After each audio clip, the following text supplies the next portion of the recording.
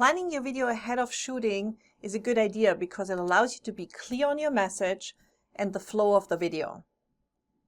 If you are very experienced at being in front of the camera, public speaking, or demoing a process either live on your computer, you may be able to get away without too much detailed planning, but a quick outline will still help you to keep from rambling on or getting lost on your thoughts.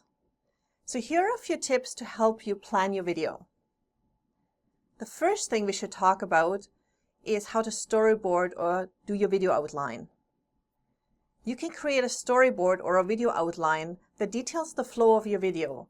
If you create a video series or an online learning course, for example, it's a good idea to create a lecture outline as well, detailing the sequence of your videos. The first question to ask yourself is, what is the purpose of my video? This is the biggest question you need to answer before you start shooting your video. Do you want to educate, inform, entertain, or inspire? The answer to that question will determine your content, your tone, and the flow of your video. What action do you want people to take after watching your video? This question goes very closely with the purpose of your video. Here are some of the examples of calls to action that you might want to use. Tune in again next time. Take XYZ you have learned and go and apply it. Check out our website for more information. Or click here to order now. Another question is, how long should my video be?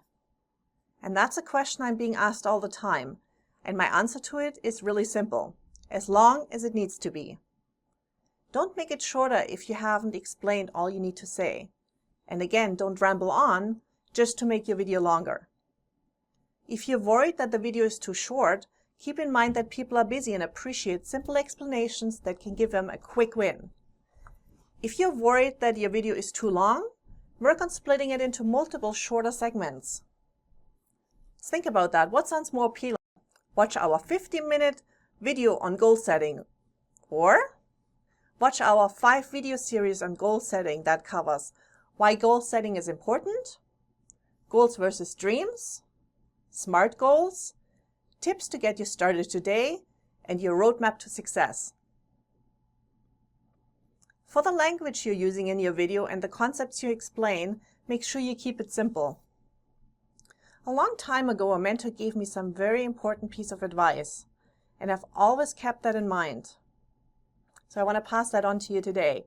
Someone who doesn't know anything about your subject matter you're talking about will not understand your industry language, but someone who is an expert will still understand when you explain it in simple words.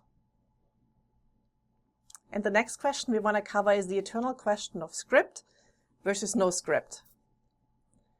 In this last part, I want to talk to you a little bit about that.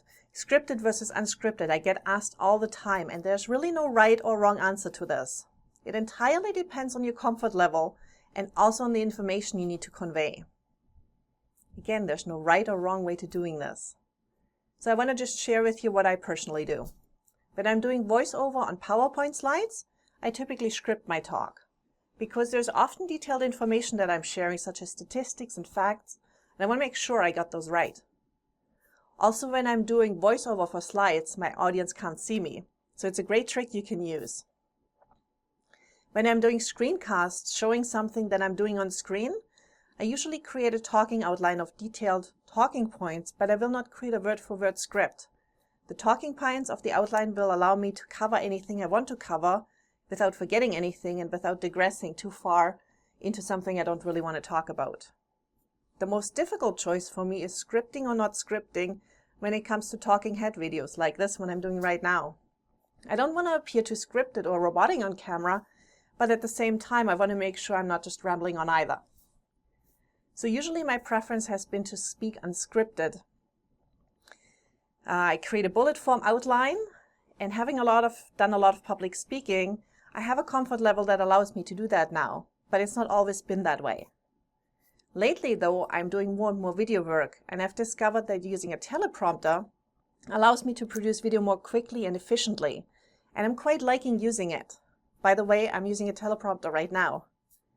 I'm still making sure that I'm really familiar with the material I'm presenting, but writing my script out, I'm using a talking language, so the words and language I would use when I'm just talking, so it doesn't sound too written. And I find I can produce more video content than when I'm doing my videos unscripted, because I'm staying more on track and I'm not getting lost in the middle of my video. The other day, actually, I was producing a series of videos unscripted, just with the outlines, and I was keep getting through it pretty good and recording one after the other after the next, and always reviewing my outline between to make sure I had all my points covered. And then I was speaking off the cuff. Eventually, though, I was getting a bit more tired and my brain was clearly not catching up anymore. And I started recording another segment, and about 3/4 all the way through, I got completely lost and couldn't remember what I was wanting to say next. So I stopped my recording and referred back to my notes, only to discover that I had covered all my talking points perfectly, and all I should have done was to give my closing remark. So that's where a teleprompter really helps me. And I've included a recommendation for you in the equipment section of this course as well for a teleprompter for you. My point of this story is this, though.